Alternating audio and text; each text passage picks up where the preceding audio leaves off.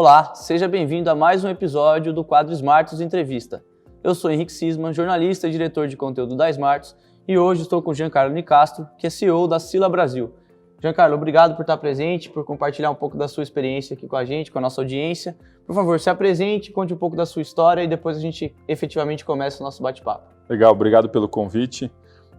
Sou Giancarlo Nicastro, CEO da Sila Brasil, um dos fundadores da empresa.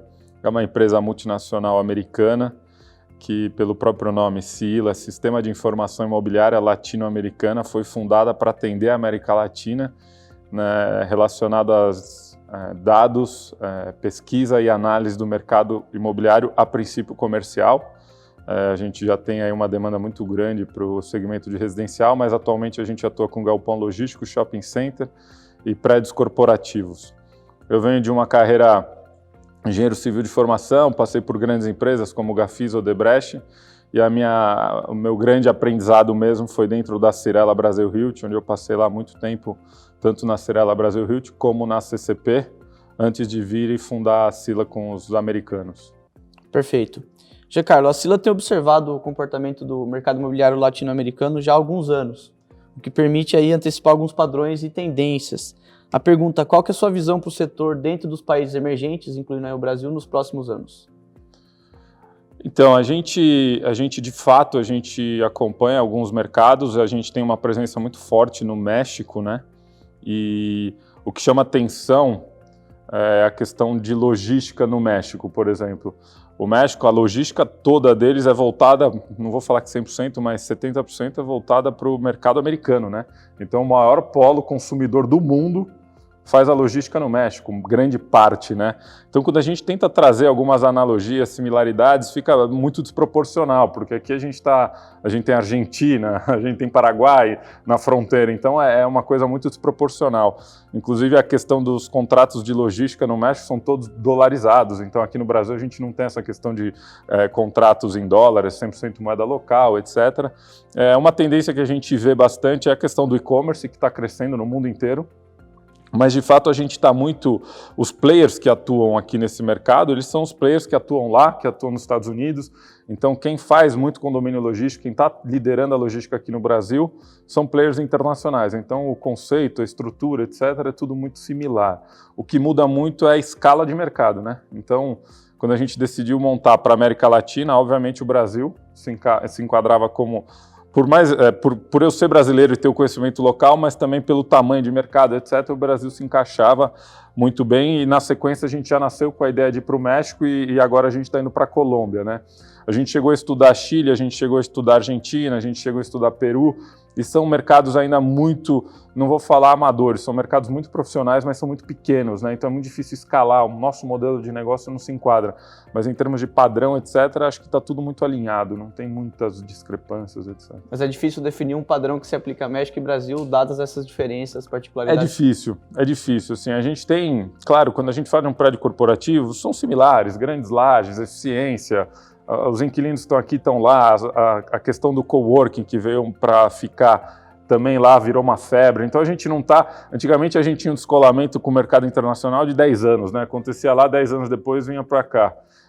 Hoje a gente já está mais para e passo, e quando a gente fala em questões de logística, a gente sim tem vamos dizer assim, a gente ainda tem que melhorar muito o processo de construção. Eu estava conversando com alguns inquilinos que eles falam que, por exemplo, no Brasil eles não conseguem ainda robotizar, eles não conseguem deixar 100%, porque o nível do nivelamento do piso não é adequado. Então tem algumas particularidades que a gente precisa melhorar, mas não que seja uma discrepância ou algo tão distante da realidade. Perfeito.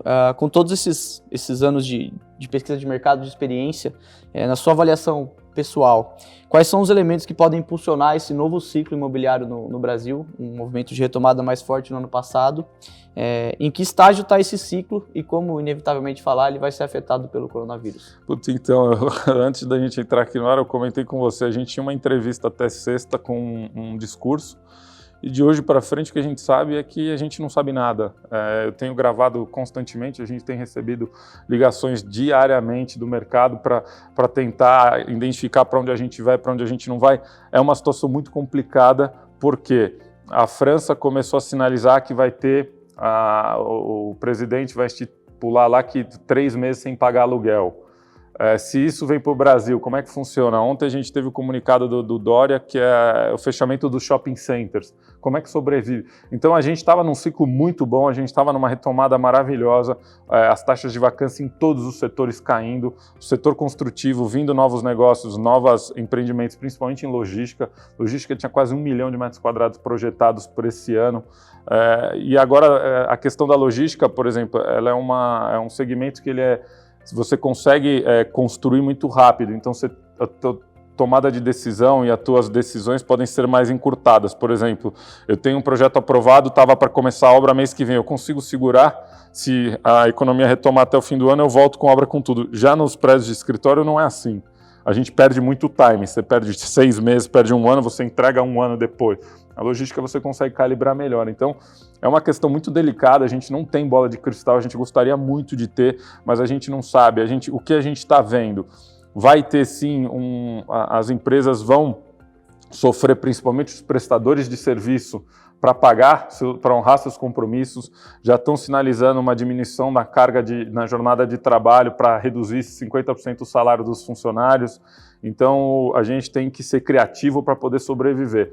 Eu acredito que, quando a gente fala de investimentos, os fundos imobiliários, eu acredito que eles vão sobressair melhor, porque a taxa de juros caiu mais ainda, né? Ontem a taxa Selic caiu.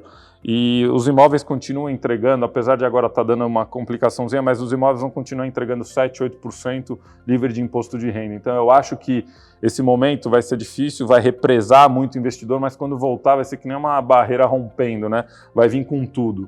Então é um momento delicado, a gente não sabe por quanto tempo isso vai acontecer, mas a gente sabe que a gente vai sobreviver da melhor forma possível. Essa questão do retorno talvez explique por que o mercado de fundos imobiliários tem sido muito menos volátil que o mercado de ações, por exemplo. É o que eu costumo dizer, né? Estourou lá o coronavírus. No dia seguinte, ou no mesmo momento que o número de casos aumentou, a bolsa caiu não sei quantos por cento, circuit break. O mercado imobiliário não é assim, não é porque estourou o coronavírus que eu vou ligar, desfazer meu contrato, vou recolher minha operação e ir para casa. Não é assim que funciona. Então a gente é muito mais forte nessa questão. Temos contratos bem firmados, uma legislação muito boa. Então a economia ela vai voltar, as pessoas têm que trabalhar, têm que produzir. Então ninguém vai, por exemplo, hoje vou te dar um exemplo, Cajamar a gente tem 9% de taxa de vacância, 7%, mas entre 7 e 9%. Quem está lá bem posicionado não vai desfazer a operação, porque quando voltar pode ser que não tenha mais aquele lugar para se instalar. Então o mercado vai segurando e vai tentando sobreviver. Eventualmente pode renegociar alguma coisa para reduzir um aluguel por 2, 3 meses, para pegar um fôlego, etc. Por isso que é bem diferente do mercado de ações. O mercado de ações, quem estava alavancado virou pó. Não tem o que fazer. Agora o mercado não, o imóvel não pegou fogo, ele não saiu do lugar e está lá. Então a chance de recuperação e a chance de ter maior rentabilidade e menos risco é muito maior. Você acredita que nos próximos meses não vai aumentar significativamente a vacância, então? De novo, assim, é difícil falar, eu não acredito que vá ter um aumento significativo, e aí o porquê que eu acredito que não vai ter. Como eu falei, a logística, a gente consegue segurar alguns projetos que estavam em linha para fazer, então quando você tem uma diminuição na entrega de novo estoque, isso é um dos indicadores que favorecem vamos dizer assim, a taxa de vacância, porque se você não bota novo estoque, não tem mais tanta competição, então você consegue controlar mais a taxa de vacância, mesmo que o mercado ande um pouquinho de lado. Então a logística a gente tem E nos escritórios já não estavam tendo tantas entregas. Rio de Janeiro está 2 anos sem entregar e vai ficar mais 2 anos sem entregar nada para escritórios, muito positivo nesse momento. São Paulo tem algumas entregas para acontecer, mas que também não são entregas que vão prejudicar muito o mercado. A gente já vem alertando, por exemplo, para 2023 não tem nenhum prédio ainda cravado que vai entregar em 2023. Então a gente acha que essa falta de novo estoque, a gente estava projetando uma taxa de vacância para próximo de 5%, pode ser que ela fique 7, 8, 10%, mas não vai ser algo para 40%, então vai controlar melhor, entendeu? Na última crise econômica, a taxa de vacância chegou a 30% em algumas cidades. Chegou, o Rio de Janeiro chegou a quase 50%, 40 e poucos por cento, com certeza, mas o que aconteceu? A última crise a gente veio de uma euforia muito grande, um excesso de entrega, uma empolgação que não aconteceu agora, porque o mercado sofreu muito na crise. Então, eles estão mais... o mercado está... E uma coisa que favorece muito é a questão da informação, né? Então, o mercado está mais bem informado, o mercado está estudando melhor os seus investimentos, as posições, diminuindo o risco, etc. Então, veio a calhar essa questão da falta de projetos aí no futuro próximo e isso vai ajudar muito essa questão. Perfeito. A questão dos shoppings. A gente tinha preparado uma pergunta, inclusive, sobre o Grox, que é uma ferramenta, uma plataforma de análise do mercado de shopping centers, né? Shoppings vão ser mais afetados, de repente, do que os escritórios, os galpões? Então, a nossa visão, o que a gente acha? Tudo que tem a ver e tudo que está muito ligado a consumo e pessoas, fluxo de pessoas, vai sofrer. Por exemplo, hotéis, shopping center, esses tipos de ativo que demandam de um público, ir até o local, consumir no local, etc. Por mais que você fale, não, mas os shoppings estão virando e-commerce, mas não é bem assim. O e-commerce no Brasil ainda é muito pequeno, tem tudo para crescer, só que os shoppings, eles já estão sofrendo, não é que vão sofrer, eles já estão sofrendo e vão sofrer muito mais, porque essa questão de fechar as portas, o shopping, ele é muito... o modelo do shopping qual que é? Aluguel mínimo mais percentual em cima das vendas. Você não vai vender, então você já reduziu. Aquele aluguel mínimo, ele vai ficar mais pesado, porque se você não vendeu, aquele aluguel que estava lá entre 8% e 10% vai virar 20%, 30%. Aí vai vir uma corda em cima do pescoço. Então, o mercado vai ter que ser muito habilidoso, as empresas de shopping vão ter que ser muito flexíveis para não evitar uma quebradeira em massa, né?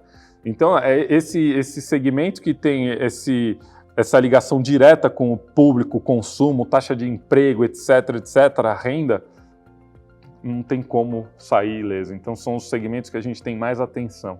São os hotéis e os shopping centers. Legal. Você falou que antes do coronavírus estava num movimento de retomada muito forte. Falando ainda especificamente dos shoppings, é claro que é difícil falar se não fosse o coronavírus, porque ele está aí. Mas com base no que vocês captam na plataforma, no Grox, quais eram as projeções para o setor esse ano? A gente viu que o residencial veio numa liderança da retomada no passado, e aí a gente começou a se questionar como é que os hotéis vão recuperar, como é que os shoppings vão recuperar. A projeção era bastante positiva, então? Era muito positiva e de novo, o shopping ele está muito atrelado ao consumo, né? Então a taxa de desemprego vinha caindo gradativamente, não tão forte, mas estava caindo, a renda da população estava aumentando. Eu estava preocupado na questão de as empresas, a gente estava começando a engatinhar no modelo de inflacionar o salário dos funcionários.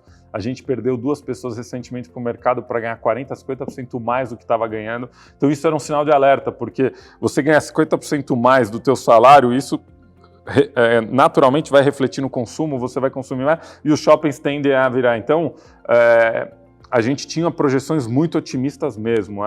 As vendas estavam aumentando, os shoppings estavam indo super bem, performando super bem. E, de novo, o shopping é diretamente ligado a isso, né? Economia, consumo, então... Agora é difícil falar qualquer coisa, né? Você percebe melhora no nível de confiança dos empresários em relação às condições econômicas do país, parte o coronavírus? Ou seja, desde que aconteceu a última crise, com um novo governo, com algumas políticas de incentivo à economia, nas pesquisas que vocês fazem junto aos empresários, esse clima de confiança está mais elevado no mercado? Estava muito elevado, estava muito. Assim. E assim, tudo começa... no humor, né? Quando a gente frequenta os eventos de RI, que a gente vai, fala com outro, a gente já vê as pessoas sorrindo. Isso já, porque tudo começa aqui, né? Nesse ciclo de empresários que são os tomadores de decisões, que vão botar a mercadoria para o mercado, que vão fazer, vão construir, vão movimentar. Então, com certeza, a expectativa estava muito alta. Já tinha gente muito preocupada com a questão de, vai faltar escritório, vai faltar não sei o quê. Vamos construir, vamos começar a olhar Greenfield novamente, né? Então, estava assim em todos os setores, em todos os segmentos. O próprio Rio de Janeiro, a gente fez uma entrevista com Cláudio Molina no primeiro trimestre agora. Eu assisti. A gente estava super otimista, a questão do Rio voltando, taxa de vacância caindo. Então, é um sinal positivo, né? Mas agora vem essa questão do petróleo, vem a questão do coronavírus, enfim. E agora a gente, assim, as pessoas, a gente ainda não posso falar, tá todo mundo desanimado. O momento ninguém sabe o que fazer, ninguém sabe. Porque quando você enfrenta algo que você sabe o que vai acontecer, você consegue se resguardar, você consegue se preparar. Mas quando eu vou enfrentar algo que eu não sei o que é, quanto tempo vai durar, isso é o grande desafio hoje. A gente não sabe se isso vai durar. A gente sabe que tem um começo, meio e fim, mas a gente não sabe se vai durar 1 mês, 2 meses, 5 meses. A gente sabe que os resquícios vão ser longos, mas quando que vai interromper e vai voltar com tudo, as pessoas vão voltar para os escritórios, a economia vai começar a girar, mesmo que devagar, mas ela vai voltar. Então, respondendo objetivamente, sim, o humor era muito bom, estava muito legal, estava gostoso, sabe? Tava todo mundo pró-mercado, vamos, a economia está indo, taxa de juros caindo, dinheiro barato, dá para alavancar, dá para fazer. Agora a gente... Para 2020 é um ano praticamente perdido. Eu acho que sim. Eu não vou ser... Eu naturalmente sou uma pessoa otimista. Eu não vou ser irresponsável em falar que não, vai dar... Eu estou muito... Não estou falando que eu estou pessimista, né? Mas eu acho que a gente vai sofrer bastante. A incerteza, ela gera insegurança, né? Gera insegurança, eu acho que vai voltar a ter inflação alta, porque, enfim... Tudo isso, cadeia de suprimentos, acho que é uma bola de neve, né? É um efeito muito maior do que a gente nunca passou. Acho que todo mundo que está aqui vivendo esse momento de sociedade, de economia, a única pessoa que eu tenho mais próxima de mim que viveu um momento turbulento, que foi a Segunda Guerra Mundial, é minha avó, que tem 90 anos de idade. Então, as pessoas que estão hoje com 40, 50 anos, que estão liderando o mercado, que são nunca ninguém passou por isso. Então, essa é mais uma questão que todo mundo vai ter que aprender junto, né? Todo mundo vai ter que achar uma solução em conjunto, esse é o ponto. Agora, olhando pela ótica mais otimista, superada essa crise de saúde, essa crise de todos os mercados, o mercado imobiliário sai mais fortalecido? De que forma? Com certeza. O mercado imobiliário é aquela questão que eu estava comentando, né? Todo mundo entende um pouco de imóvel. Você nasce no imóvel, você passa a tua vida em algum imóvel e morre no imóvel. Então, o que estava acontecendo com o mercado imobiliário? A gente, em termos de fundos de investimento imobiliário, a gente chegou a bater quase 750 mil pessoas físicas investindo em fundos imobiliários. Por quê? Taxa de juros caiu, era o segmento que estava entregando maior taxa de retorno e com menos risco. Então, por isso que eu acho que o mercado, não só por conta dos fundos imobiliários, mas o mercado, hoje, a gente volta naqueles ensinamentos dos nossos avós, né? Você precisa ter a tua casa própria, não sei o quê. E quando eu entrei no mercado, as pessoas falavam, não, que comprar apartamento, vive de aluguel, bota para render na bolsa, não sei o quê, o que render lá, você paga o aluguel e ainda sobra no bolso, né? E hoje você olha e fala, pô, será que meus avós estavam tão errados na questão de ter o teu imóvel, ter tua casa própria, ser um investimento sólido? Então, querendo ou não, qualquer tipo de investimento, os imóveis são os bens mais sólidos, são aqueles imóveis, de novo, eles não vão sair do lugar, eles não vão pegar fogo, eles podem diminuir a receita, pode ter uma taxa de vacância, mas no final do dia ele vai sobreviver, ele vai sair, as pessoas precisam ocupar, precisam trabalhar, precisam morar, etc. Então é um segmento que vai sair mais forte, com certeza. A gente vai achar alternativas, a gente é criativo, o mercado é criativo.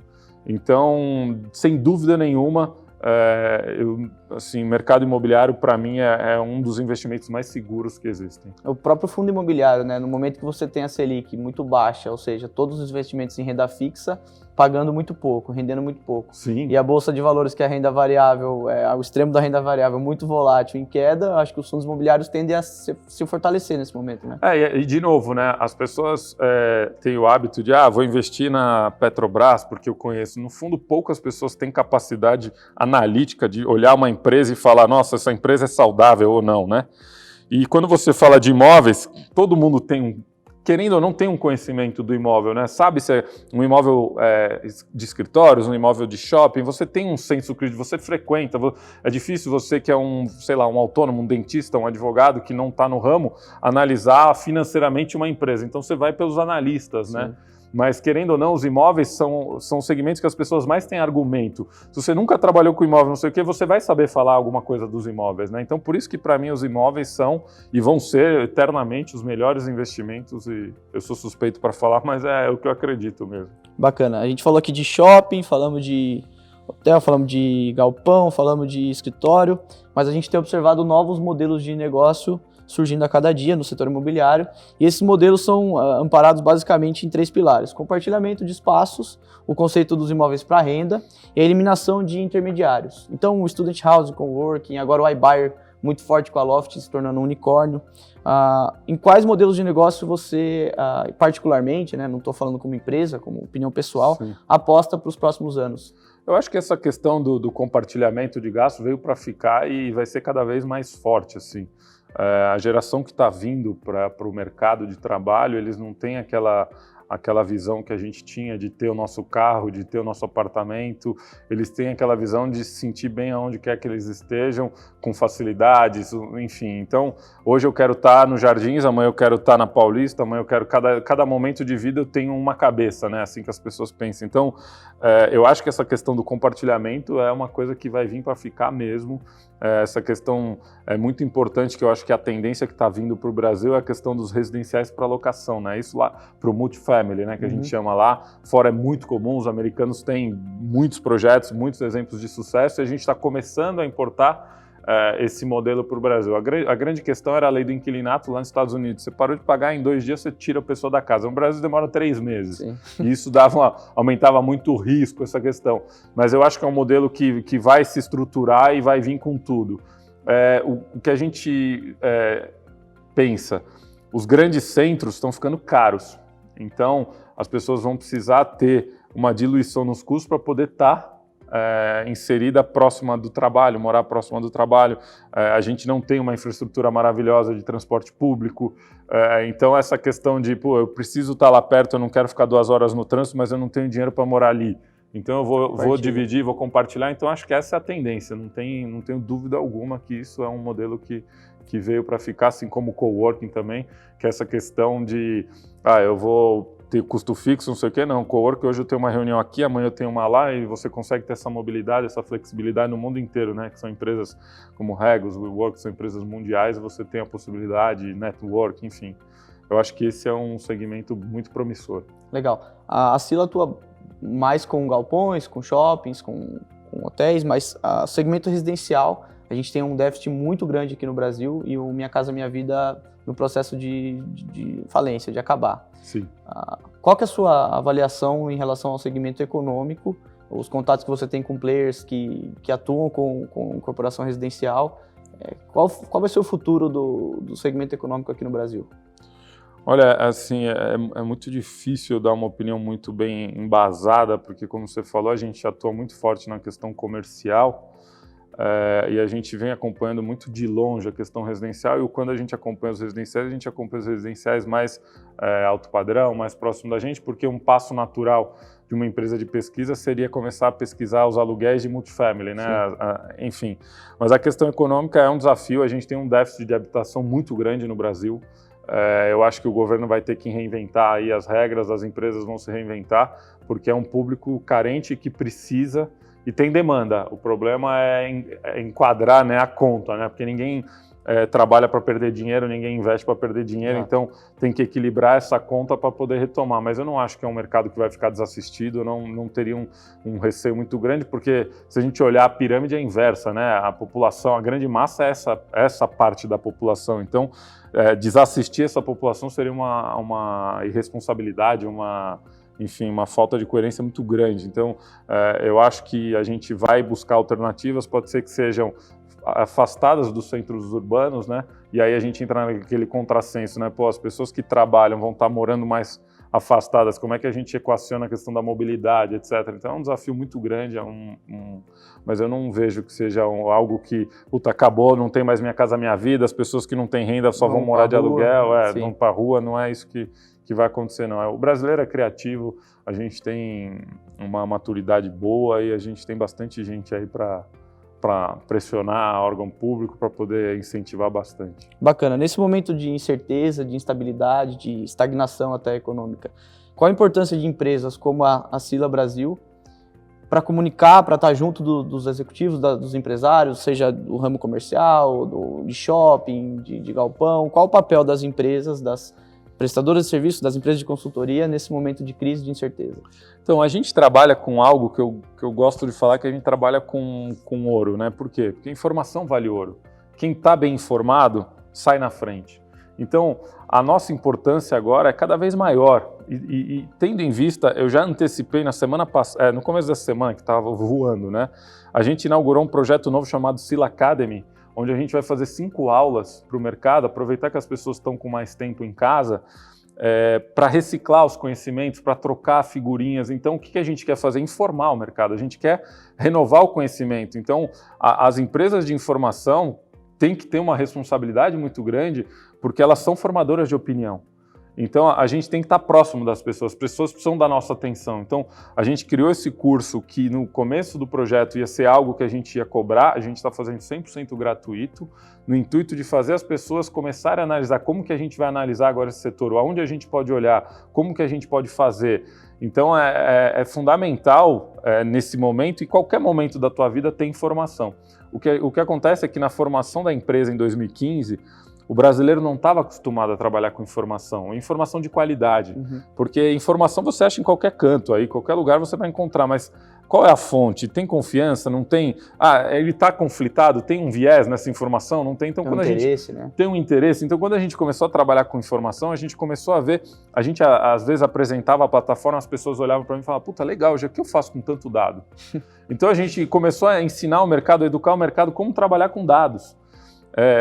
Como que tem que fazer, o que tem que fazer. E hoje o mercado já está mais aberto a essa questão. Tem muita gente que não consegue mais tomar as decisões sem dados, né? Então, eu acho que a gente tem que fomentar a transparência, a gente tem que incentivar isso, porque no momento de tanta desinformação e desencontros, a melhor informação é a que vai sobressair. Então, a gente está super a favor do mercado, a gente está fazendo o que a gente pode para manter o mercado aquecido, a gente vem acompanhando diariamente os acessos na plataforma, as pessoas estão acessando, as pessoas nesse momento de desespero estão buscando mais informação, então eles ligam bastante, mandam muito e-mail, pedindo uma opinião, uma ajuda, enfim. Então a gente está do lado do mercado, a gente quer que esse mercado saia mais fortalecido, a gente quer que toda crise vem para ensinar alguma coisa, né? A crise serve, no final do dia, para a gente aprender, né? Aprender a ser mais eficiente, aprender a ser mais responsável, aprender a olhar para dentro de casa e ver o que está errado, o que está certo, etc, etc. Então, o que a gente quer é que o mercado aprenda a dar valor à informação correta, que o mercado aprenda a dividir a informação, e eu acho que o mercado está caminhando para essa maturidade. Perfeito. Para a gente encerrar a nossa entrevista, são 5 perguntas, um bate-bola rapidinho. É o seu time do coração? Santos. Seu estilo musical favorito? Sertanejo. Um hobby? Jogar tênis. Um ídolo? Meu pai. Uma frase, uma mensagem que você goste, que você tem aí como mantra, ou uma mensagem que você queira deixar para nossa audiência, pessoal que segue a Smartz? Cara, a mensagem, assim, o que eu mais busco é um mundo mais justo, sabe? São pessoas que ajudem o próximo. Se você não pode ajudar com dinheiro, você ajude com trabalho, você se dedique. Eu gosto muito de trabalho voluntário, eu sempre me preocupo com o próximo, e esse é o exemplo que eu tive da minha família e passo para os meus filhos. Então, às vezes a gente faz visita a casas de pessoas carentes, assim, é muito triste a desigualdade que a gente tem, a falta com o próximo, né? Então a mensagem que eu tenho é: vamos nos ajudar, vamos praticar filantropia, vamos ajudar o próximo, porque se não está fácil para a gente, imagina para quem não tem recurso, para quem não está assistido nesse momento. Então, para mim, a questão de amor, paz no mundo é o que eu mais busco, esses são os nossos objetivos. Perfeito, Giancarlo. Bom, com esse bate-papo bacana, descontraído, informativo, a gente encerra mais um episódio do quadro Smartz Entrevista. Agradeço muito ao Giancarlo pela presença, por compartilhar sua experiência, suas opiniões, suas avaliações com a nossa audiência, e a gente se vê no próximo episódio. Um abraço.